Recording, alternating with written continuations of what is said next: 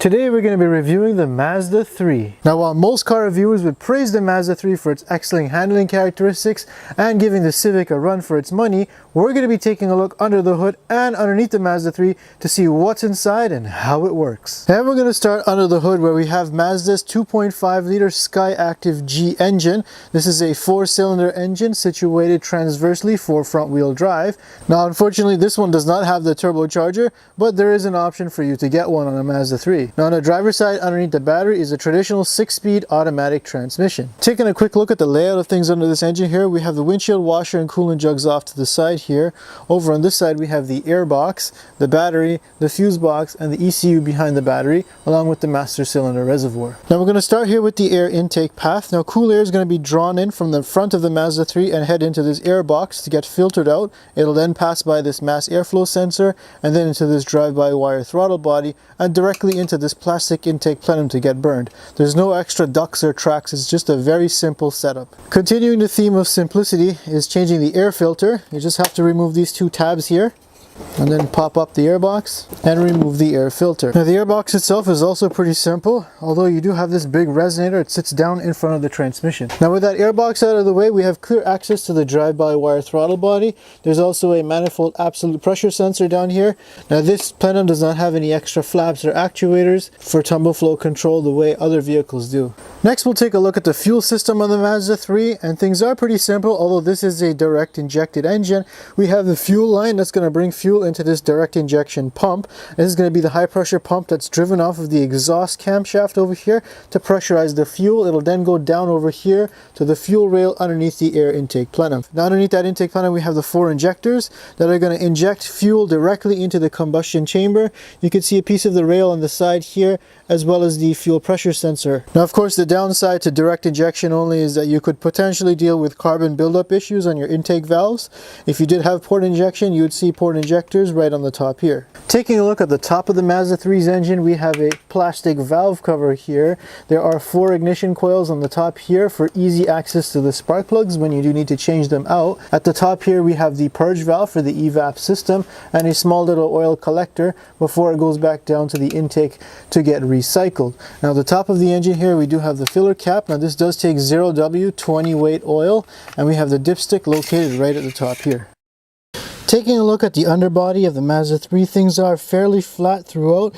There's a good use of plastics underneath here to smoothen out aerodynamics and to help prevent salt water from splashing up on components, rusting them out. Now at least you don't have to take off the whole cover underneath here when you're doing an oil change. There's just this little access panel here that you remove, and in this case it's missing, and that gives you access to your oil filter and your drain plug, unlike say a Nissan or a Volkswagen where you got to take off the whole thing. This cover is not even made of plastic, it's just a really thin sheet of metal coated with some furry stuff. Now with that undercover removed, we have clear access to the engine on the passenger side and the transmission on the driver's side.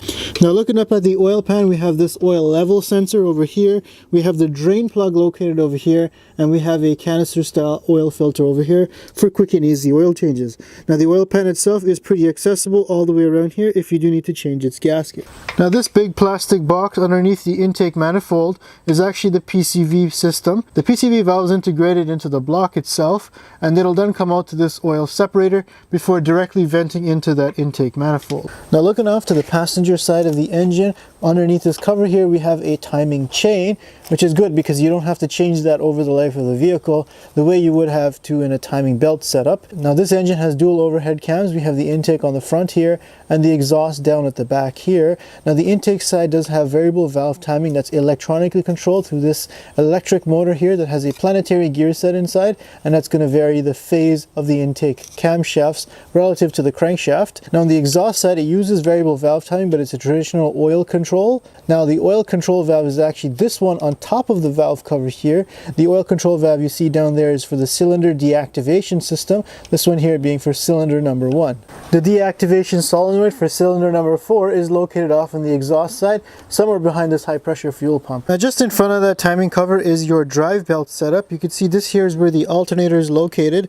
Now the tensioner for it is located down at the back there. It's actually best accessed from the side wheel well. Now removing the alternator here, here is pretty straightforward. You got a lot of room to work over here, and it's just 2 bolts that'll bolt it to the block. Now towards the firewall side of the engine, we do have a secondary accessory belt that powers the water pump. And here's a look at that drive belt setup from down below. You can see things are pretty tight between the frame rail and this AC compressor and the belt side of the engine. Now this AC compressor is pretty easy to change out. There's just a couple of bolts that hold it to the block. Luckily, in order to get the alternator out, you can get it out from the top and you don't have to remove this guy. And now we'll have a listen to a cold start.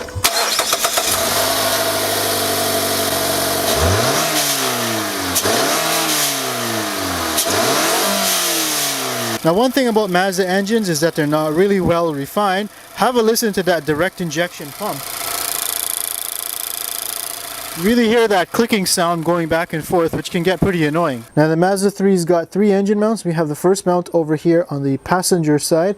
The second one over here is on the driver's side underneath the battery that connects the transmission to the subframe. Now the third engine mount is located underneath here, right at the bell housing of the engine and the transmission, and it'll tie it to the subframe. Now this engine mount kind of looks soggy. I wonder if it's a hydraulic bushing. Taking a look at the transmission on the Mazda 3, it's amazing that they're still using a regular 6-speed automatic transmission. Most other manufacturers like the Corolla and Civic have gone to a CVT, while other manufacturers still use like an 8-speed or a 9-speed transmission. Kudos to Mazda for sticking to the tried and true 6-speed. Now the main feature of the 6-speed transmission is actually down here. Once you remove this bolt, you have access to a real dipstick, which is good because you can check your transmission fluid without any fancy scan tools or having to rely on a dirty overfill plug. Now also traditional is the shifter. It uses a regular cable to change your gears from park reverse to neutral and drive.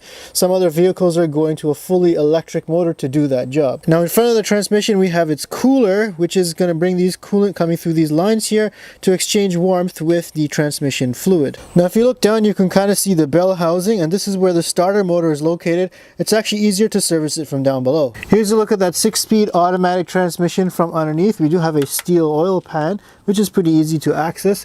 We have a drain bolt on the bottom here, so that combined with the dipstick up above is going to make for some pretty easy transmission oil changes. Now just above the oil pan is the transmission cooler, and then just behind that here is the starter motor, so accessing it from the bottom here is definitely much easier. Now once that transmission is done changing through its 6 gears, it'll then send power out to the front differential located inside of this housing over here, and that'll then go out to each individual axle.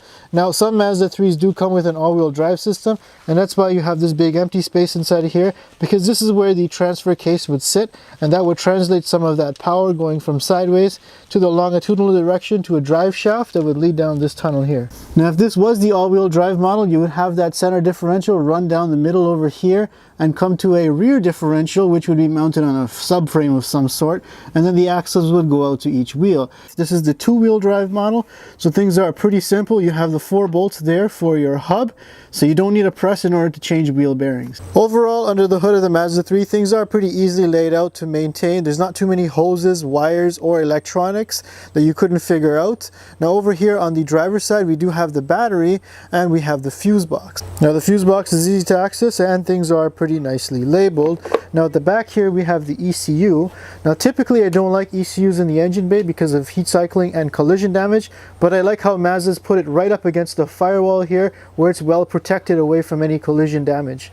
That's a pretty good idea, yet it still maintains a nice short wiring harness to the engine. Now looking at the subframe structure under the Mazda 3, things are very traditional here with a stamped steel subframe, and it's a fully boxed in frame that goes all the way up to the front of the vehicle and even includes this metal cross tie underneath the radiator support, which is good because most vehicle subframes just pretty much end at the control arms and the rest is just left hanging. Now looking at the front suspension from underneath, we do have these steel knuckles here, and you can see the bolts here for a bolt-on hub, which means that if you've got to change front bearings, you don't need a press to change it out. However, the ball joint is a Preston style design that presses into the stamped steel lower control arm. Now changing control arms in the Mazda 3 is pretty straightforward. You do have one bolt at the back there.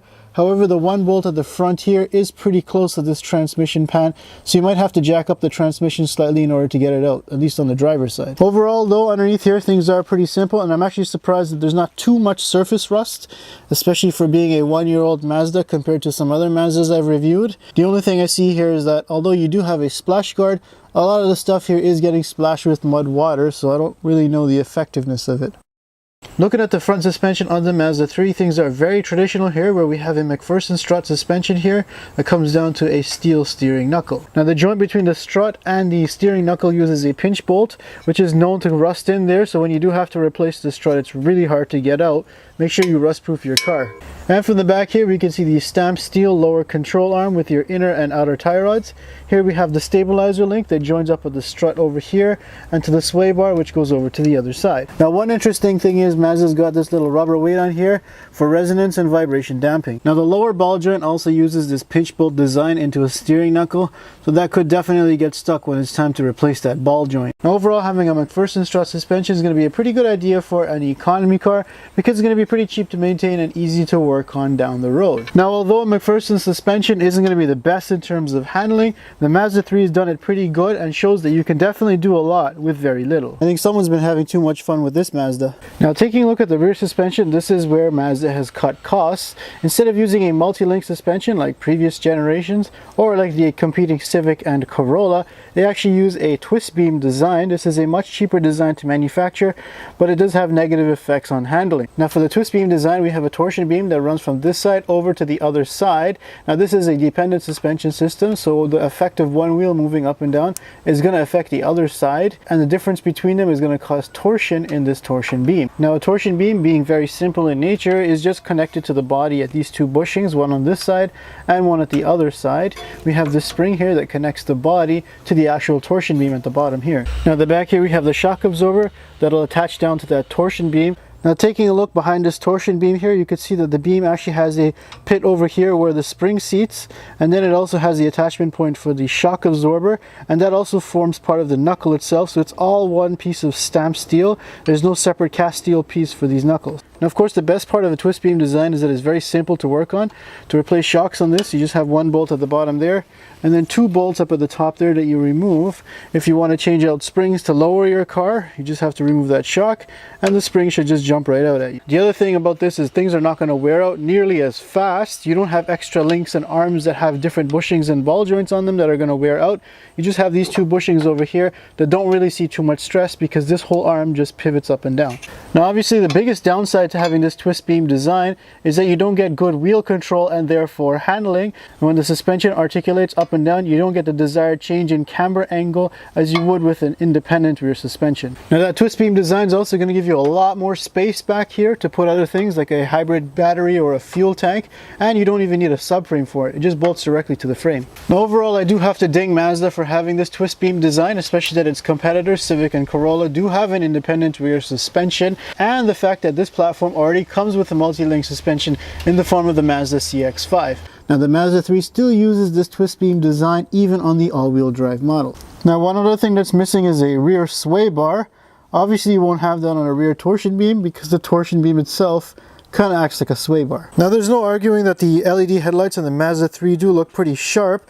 Now if you do have to access it for whatever reason, at least on the driver's side you have clear access to the LED controller at the back here. Now everything else is LED, so they shouldn't really burn out.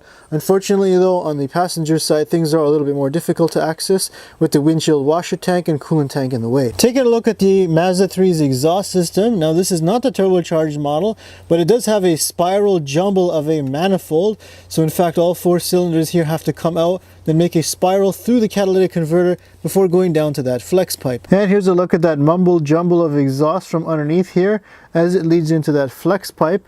It'll then get sent down to the second two-way catalytic converter underneath here and then out back to the tailpipe. Now that exhaust is then going to travel to the back here around the rear torsion beam and into this transversely mounted muffler. Now that muffler has dual outlets on either side. Now there's no fake exhaust tips. There's actually cutouts in the bumper to allow a proper tip to come through.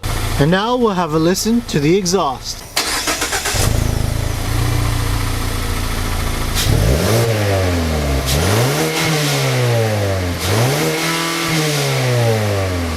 Next, we're going to take a look at the Mazda 3's cooling system. Things are, again, pretty straightforward for the most part. We start here at the coolant overflow jug. located off to the side here. It's going to bring coolant inside of this radiator located at the front here. The upper radiator hose is then going to bring coolant down across this way to this junction inside of here. Unfortunately, once the coolant gets inside of this junction box, things are going to get a little complicated. Instead of using a traditional mechanical thermostat, Mazda is using a electronic cooling valve, which is going to use temperature sensors and an actual motor inside of here to allow or restrict the flow of coolant depending on its temperature. Now this valve, we've also got lines that tee off and go to the heater core, the transmission cooler down below, as well as the lower radiator hose. Now the lower radiator hose is going to come from that junction down over here and connect over here on this side of the radiator. And then of course we have the water pump, which is belt driven off of the crank here on the front side of the engine. Now accessing this is going to be a little tight because you have the frame rail right up against it. Now looking up through the splash guard, you can see we've got the water pump up at the top there that's driven off of the crank shaft. Of course, because this frame rail in the way, getting at those water pump bolts is going to be a little tricky even though you have this side cover off. Now the interesting thing is this belt here is actually a stretch type belt. There's no tensioner on here. The instruction manual actually says that you have to take your brother's old sock here, squeeze it in between here, and then when you rotate the crank, the rag is going to allow that belt to peel off and peel back on. Now one good thing about Mazda's big front overhang design is that you don't have to remove this whole entire front bumper assembly. Once you remove the cooling fan assembly, this radiator will just pull right out. Now the front here, Mazda is kind of cheating by trying to get away with a single electric cooling fan, slightly off on the driver's side. On the passenger side, things are just blocked off. And here's a look at the cooling fan setup from underneath. Once again, you can see the fan mostly on the driver's side, while the passenger side is more or less left blank. Now Mazda is also very nice to give you a radiator drain port, so you don't have to remove the hose just to drain the coolant. Now if you thought that this big grill that Mazda is using is great for cooling, well, most of it is actually blocked off. In the parts that aren't blocked off are just blocked off by the bumper rebar, so you really aren't getting much air in there from the upper grill. Now at the bottom here we have these active grill shutters, and that's there to balance aerodynamics with cooling capacity. Next we'll take a look at the Mazda 3's braking system, and we'll start here at the master cylinder. It's got a little bit of a weird shaped reservoir that does go back to a traditional brake booster sitting behind here. Now that brake booster is vacuum powered, but the vacuum, if you follow the line, actually comes to this vacuum pump, which is driven off of also the exhaust camshaft, same like the high pressure fuel pump. Following the master cylinders line across the firewall leads you over to the ABS module underneath this windshield cowl here. Now this is responsible for any traction, stability control, as well as any autonomous braking features that this car comes with. Speaking of autonomous braking features, we have the radar sensor, which is in behind this Mazda logo. That's why this logo is nice and flat. Now having it there is better than having it down below here like some manufacturers do, where it could easily get hit by a runaway Thanksgiving turkey. Speaking of getting hit, most manufacturers would be wise to cover up the area behind the bumper rebar. Now in this case, they actually use grill to cover the bumper rebar. So if you were to take an impact, you have to break this grill before it bounces off that rebar. Now taking a look at the front brakes on the Mazda 3, things are very traditional here, where we have a single piston floating caliper here on a disc rotor. Now these brakes are kind of small, but after all, this is an economy car. Taking a look at the Mazda 3's rear brake setup, we have a floating caliper design at the back here with a disc rotor. Now there's no drum inside of here. In fact, the parking brake is electrically actuated through this little actuator over here, which is going to squeeze these pads together to lock this disc up. The rear caliper on here is actually at a weird angle. Most vehicles either put it in the front or in the back here, but the Mazda's chosen to go at a 45-degree upward over here. Now looking under the Mazda 3 here at the fuel tank, it is covered over here. It is made of plastic, and because this is not the all-wheel drive model, there is no center drive shaft running down here, which means that this tank is just one big flat piece. Now if you follow these lines coming from the fuel tank, the evap canister is located behind the right rear wheel well. Now luckily, accessing the low pressure fuel pump and the filter is pretty easy with this access panel just below the rear seat. And overall, though, I'm pretty impressed that almost every surface underneath the Mazda 3 is fully covered, with the exception of this part just above the torsion beam. I wonder if it's Mazda's bad reputation for rust that they're trying to hide something. It's interesting how aerodynamics are even shaping the way the exhaust system is now. This muffler is basically a rectangle instead of a normal oval kind of shape that it has. They've even got an aero piece on the bottom here near the back bumper where there's just wasted space. Now in terms of build quality, I think Mazda's done a pretty good job in the interior, choosing a lot of higher quality materials, especially considering this vehicle's class. There's a lot of soft touch materials throughout the whole cabin. Now of course, if you want to nitpick, you can find some first year quality issues, such as the chrome here peeling off on the grille and some of these pieces here being a little loose. But what really matters is what's under the hood, and I think Mazda's done a really good thing here by using a tried and true powertrain with just a simple naturally aspirated 4-cylinder and an automatic transmission, and it still manages to give you good power and still be relevant today. I'm looking at you, Nissan Sentra. Now overall, I think Mazda's got a really good formula by giving you a fresh interior and exterior design with internals that are going to last you a really long time and be very sensible to work on, especially for a non-luxury car in this class. Now the only thing I'd wish for is if Mazda could offer a faster version with an independent rear suspension. I think that would really knock the Civic Type R and Corolla S out of its class. And now it's time for you guys to tell me in the comment section down below, what do you think of the Mazda 3? Do you think that it's time for Mazda to update some of the stuff under the hood, or should they just leave it as is and it's a pretty good contender? Now make sure you follow me on Instagram to find out what the next car review is going to be, and subscribe for more videos just like this one.